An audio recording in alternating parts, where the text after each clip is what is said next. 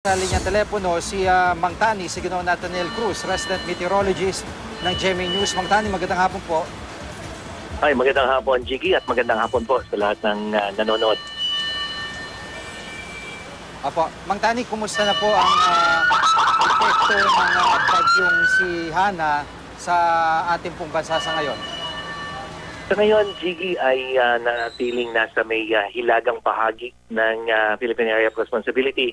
Yung mata nitong bagyo, halos 700 kilometers na lamang sa may silangan ng Basco, Batanes. Kaya ibig sabihin nito, Jiggy, patuloy yung paglapit nito diyan sa may extreme northern Luzon. Although hindi natin inaasahan na ito ay tatama sa kalupaan, pero halos malapit ito at mararamdaman talaga ng mga taga-extreme northern Luzon yung hangin at ulan na dala-dala nitong malakas na bagyong si Hana, Jiggy.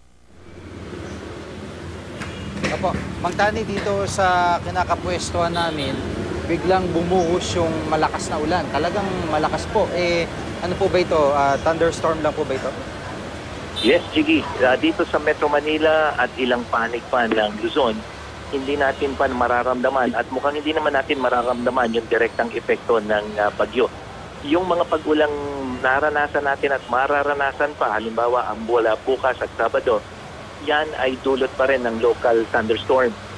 Samantalang dito naman kasi sa Visayas, Mindanao at ilang bahagi ng Southern Luzon, lalo na dyan sa Memi Maropa, yung mga pag-ulan naman dyan na malalakas, dulot naman yan ng pinag-iiba yung hanging habagat ng bagyong Hana.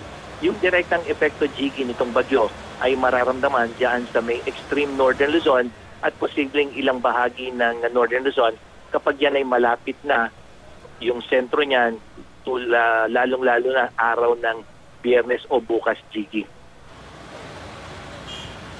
Apa, Mang Tani, doon po sa parteng Bukidnon, kumusta na po ang sitwasyon? Kasi mga nakalipas araw, tuloy-tuloy pag-ulan, maraming namatay. Sa ngayon ay ano pong dapat nila asahan din?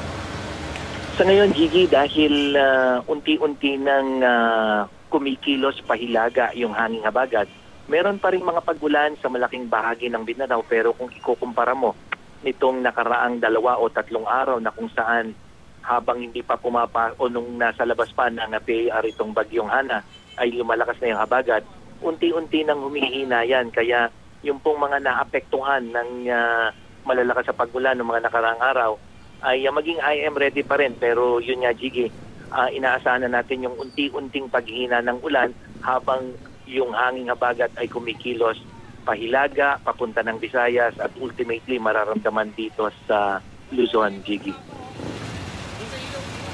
Apo, maraming salamat po sa pagkakataon. Si Mang Tani, Ginoong Nathaniel Cruz, resident meteorologist po ng GMA News. Salamat po.